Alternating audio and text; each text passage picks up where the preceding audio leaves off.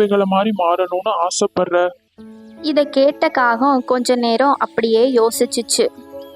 காகமே, நான் உனக்கு ஒரு உண்மையை சொல்லவா? உண்மையிலேயே இந்த கூண்டுல இருக்க பறவைங்க எல்லாரும் ஒரு காகமா வாழதான் ஆசைப்படுறாங்க.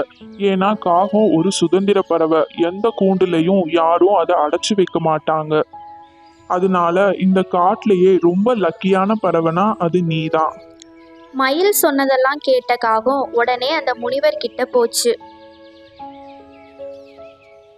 என்ன காகமே, நீ அன்னப்பறவை கிட்ட போய் கேட்டியா? அது சந்தோஷமா இருக்கா? முனிவரே, என்னை மன்னிச்சிருங்க, நான் பெரிய தப்பு பண்ணிட்டேன். என்னாச்சு காகமே, என்ன நடந்துச்சு? உடனே காகம் காட்டுல நடந்த எல்லாத்தையும் முனிவர் கிட்ட சொல்லுது. முனிவரே, இவ்ளோ நாளா நான் இந்த காட்டுல இருக்க எல்லா பறவைங்களும் ரொம்ப சந்தோஷமா இருக்கு. நான் மட்டும்தான் கவலையா இருக்கேன்னு நினைச்சு வருத்தப்பட்டுக்கிட்டு இருந்தேன். ஆனா காகம்